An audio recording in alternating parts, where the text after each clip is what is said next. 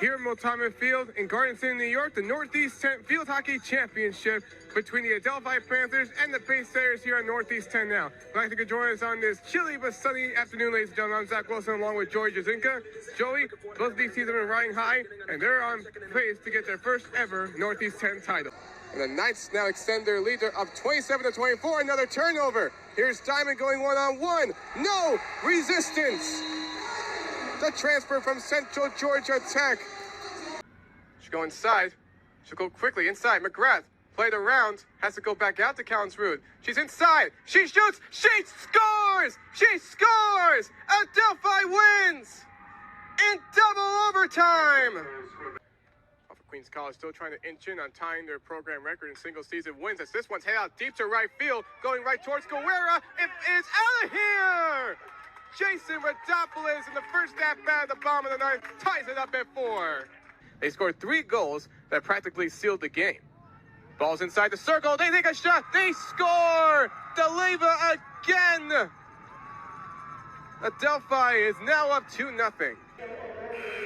Actually going to call the foul against Ogilvie since he was the one responsible. So that will be his first foul. That's the second turnover that he has committed in this game.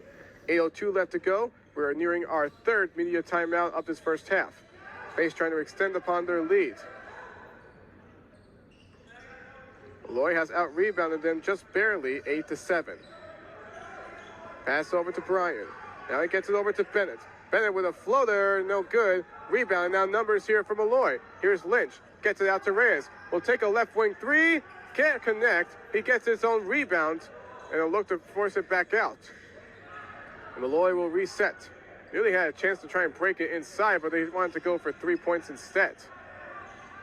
Here's Ogilvie now.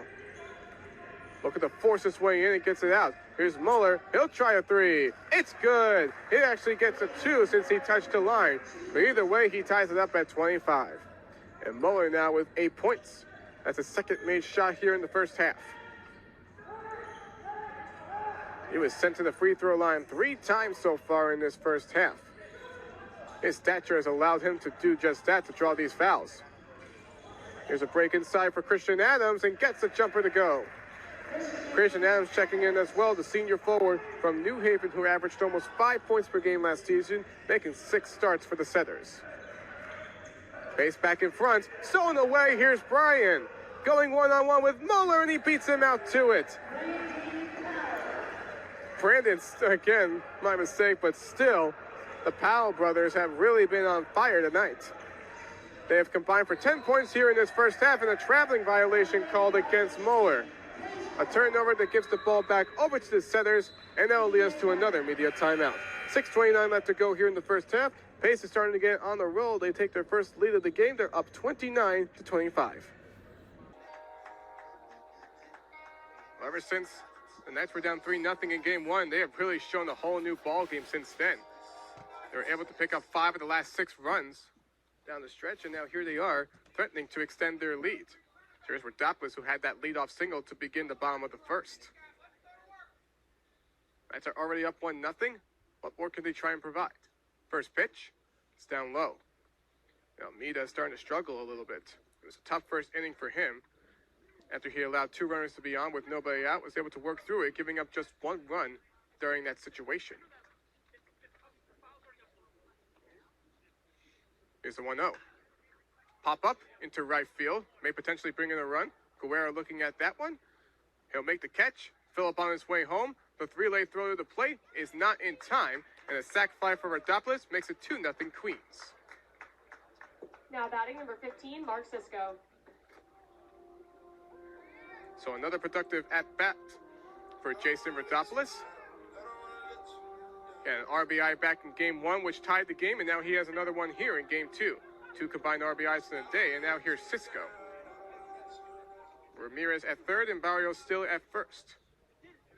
Getting closer and closer, potentially, for Yorcik Jimenez to have a chance to tie that program record in single-season ribbies. Here's Sisko up high, ball 1. If Sisko can get on base, what could we get out of Jimenez, as he could be ready to knot it down. Still has a chance with a runner at third. Swing and a miss. Fastball down low, and it's 1-1. And Jimenez, who had had an RBI in almost 2 weeks before he had that RBI ground out last inning. It's really tough as a freshman this year, especially in the conference. Foul ball, 1-2. Cisco was hit by a pitch back in the last inning. He advanced to second and also allowed Rodopoulos to advance to third on a pass ball. Right now, Lincoln leads Mercy 4-1. And that's strike 3 as Cisco goes down looking, 2 gone.